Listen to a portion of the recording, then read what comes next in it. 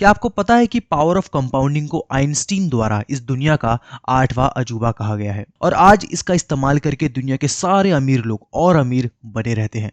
आज की इस वीडियो में मैं आपको पावर ऑफ कंपाउंडिंग के बारे में बताने वाला हूं और कुछ ऐसे कंसेप्ट जो हमें स्कूल और कॉलेज में नहीं सिखाए जाते और इसीलिए हम में से बहुत लोगों को लगता है कि अमीर बनना हमारे लिए एक इम्पॉसिबल चीज है। तो इस वीडियो में हम देखेंगे कि पावर ऑफ कंपाउंडिंग क्या होती है और पावर ऑफ कंपाउंडिंग कैसे काम करती है और टाइम का कंपाउंडिंग में कितना बड़ा रोल होता है। और अगर आपकी एज 20 या 25 या 30 साल तक है तो वीडियो बिल्कुल आपके लिए है। ये वीडियो आपके लिए बहुत इंपॉर्टेंट होने वाली है क्योंकि जितनी जल्दी आप पावर ऑफ कंपाउंडिंग को सीख जाओगे उतनी ही जल्दी आप अमीर बन सकते हो। तो इस वीडियो को एंड तक जरूर देखना बिना वीडियो को स्किप किए। अगर आप इस चैनल पे नए हैं तो ऐसी वीडियोस मैं इस चैनल पे लाता रहता हूं, तो चैनल को सब्सक्राइब करके बेल नोटिफिकेशन को ऑल कर लें। तो सबसे पहले देखते हैं कि पावर ऑफ कंपाउंडिंग क्या है। आइए इसको एक बहुत ही बेहतरीन एग्जांपल से समझते हैं। दो दोस्त होते हैं, सनी और बनी। दोनों की एज 20 साल होती है। दोनों अच्छी पढ़ाई करते हैं। दोनों को एक अच्छी कंपनी में जॉब ऑफर होती है।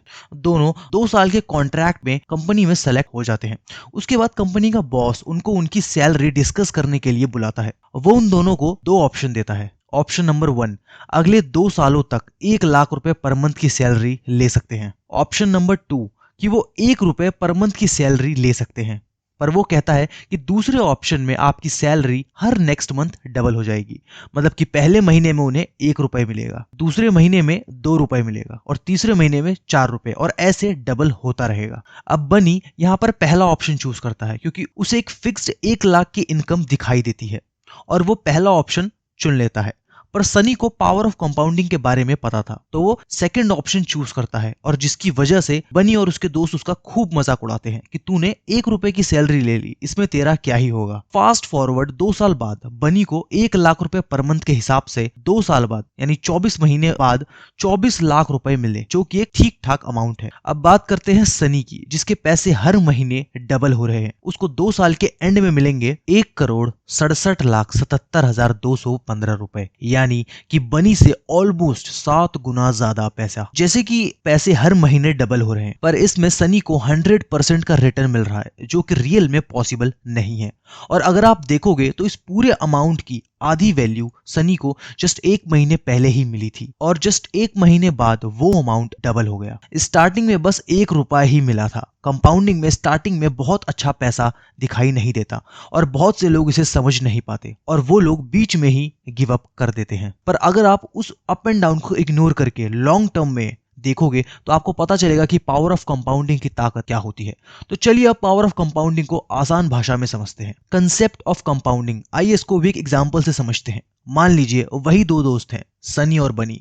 दोनों 2-2 लाख रुपए इन्वेस्ट कर देते हैं 15% के एनुअल रिटर्न पे। मतलब सालाना 15% का रिटर्न उनको आएगा उनकी इन्वेस्टमेंट पे। अब साल के एंड में दोनों को 30,000 का रिटर्न मिलेगा। अब बनी को तो आप जानते ही हैं, तो अब बनी उन 30,000 रुपए को विड्रॉ कर लेता है और अपने लिए एक नया फोन खरीद लेता है और बाकी के 2 लाख वापस से इन्वेस्ट कर देता है, क्योंकि बनी अभी तक कंपाउंडिंग की पावर को समझ नहीं पाया है। लेकिन सनी उस 30,000 के प्रॉफिट को इन्वेस्टेड ही रखा और विड्रॉ नहीं किया।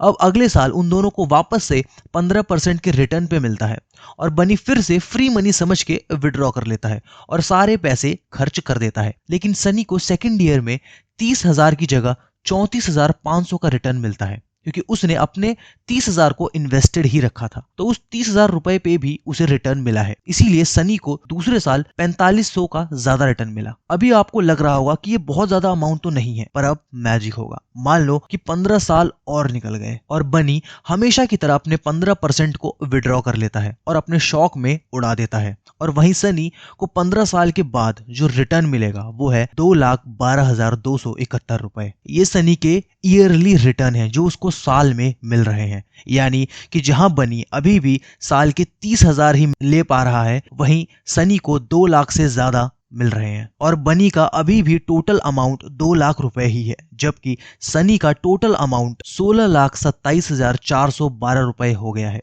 यानी कि बनी के अमाउंट से 8 गुना से भी ज्यादा। ये होता है पावर ऑफ कंपाउंडिंग। अगर आप अपने रिटर्न को नहीं निकालते हो और उसको इन्वेस्टेड रहने देते हो तो कई साल बाद आपके इन्वेस्टेड पैसे और आपके इन्वेस्टेड रिटर्न दोनों को साथ साथ कंपाउंडिंग का फायदा होता है और दोनों काफी ज्यादा ग्रो हो जाते हैं। अब ऐसा क्यों हुआ? क्योंकि बनी जी रहा था सिंपल इंटरेस्ट की लाइफ और सनी जी रहा था कंपाउंड इंटरेस्ट की लाइफ। हमें स्कूल में कंपाउंडिंग बताई तो जाती है पर यह नहीं बताया जाता कि हम इसे अपनी लाइफ में कैसे इस्तेमाल करें। स्कूल से ही हमें कंपाउंडिंग बहुत टफ लगती है और हम सिंपल इंटरेस्ट वाली लाइफ जीना चाहते हैं क्योंकि वो हमें आसानी से समझ आता है। पर अगर आप सही समय पे पावर ऑफ कंपाउंडिंग को समझ जाते हैं तो कुछ ही सालों में आप अमीर बन सकते हैं।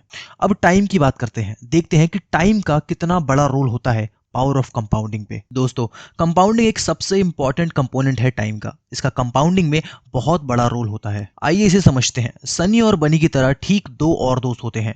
एक का नाम होता है चिंटू, एक का नाम होता है मिंटू। चिंटू की एज 25 और वहीं मिंटू की एज 30। दोनों सोचते हैं कि हमें अपने पैसों को इन्वेस्ट करके अपनी वेल्थ को बढ़ाना चाहिए और दोनों पैसे को इन्वेस्ट करने का सोचते हैं और उनका टारगेट है 40 साल तक पैसे इन्वेस्ट करना है। तो दोनों 20,000 रुपए पर मंथ इन्वेस्ट करना स्टार्ट कर देते हैं। तो जैसा कि आप देख सकते हैं कि चिंटू की एज अभी 25 साल है और मिंटू की 30 साल है। दोनों की एज में केवल 5 साल का फर्क है। तो चिंटू ने 15 साल तक अपने पैसे को इन्वेस्ट रखा, मिंटू ने 10 साल तक, और दोनों का yearly rate of interest 12%। Chintu अपनी पूरी लाइफ में टोटल इन्वेस्ट करता है 36 लाख और मिंटू टोटल इन्वेस्ट करता है 24 लाख। दोनों का 12% का ईयरली रिटर्न मिल रहा था। 40 साल की एज तक चिंटू का टोटल वेल्थ हो गई थी 1 करोड़ और मिंटू की टोटल वेल्थ हो गई है 46 लाख। तो देखा जाए तो दोनों का सब कुछ सेम था, रेट ऑफ इंटरेस्ट और लगाया हुआ अमाउंट, बस डिफरेंस था 5 साल का। चिंटू ने 5 साल पहले इन्वेस्ट करना स्टार्ट किया और मिंटू ने 5 साल बाद। तो अगर मिंटू को 1 करोड़ कमाना है तो उसको अगले 5 साल और इन्वेस्ट करना पड़ेगा,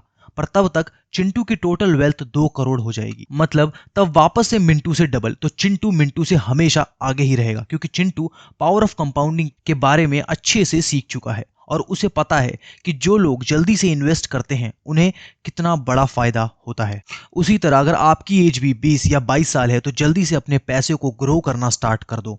और जरूरी नहीं है कि आप महीने के 20,000 ही इन्वेस्ट करो, आप 500 या 1000 से भी स्टार्ट कर सकते हो। आपको पता होना चाहिए कि कंपाउंडिंग कैसे काम करता है। स्टार्टिंग में हो सकता है आपके रिटर्न कम हो सकते हैं, इतने छोटे कि आप सोचोगे कि यार ये तो बेकार है, लेकिन टाइम के साथ कुछ ही सालों में आपको बहुत बड़ा रिटर्न देखने को मिलेगा। इसीलिए जितना जल्दी आप स्टार्ट करोगे आपके लिए उतना ही बेटर है।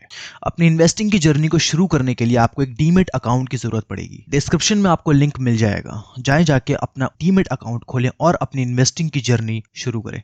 आशा करता हूं ये वीडियो आपको अच्छी लगी हो। वीडियो अच्छी लगी हो तो वीडियो को लाइक शेयर करना बिल्कुल ना भूलें। कमेंट करके अपने डाउट्स हमें जरूर बताएं और नेक्स्ट टॉपिक बताएं कि आपको किस टॉपिक पे वीडियो चाहिए। चैनल पे नए हैं तो चैनल को सब्सक्राइब करना बिल्कुल ना। धन्यवाद।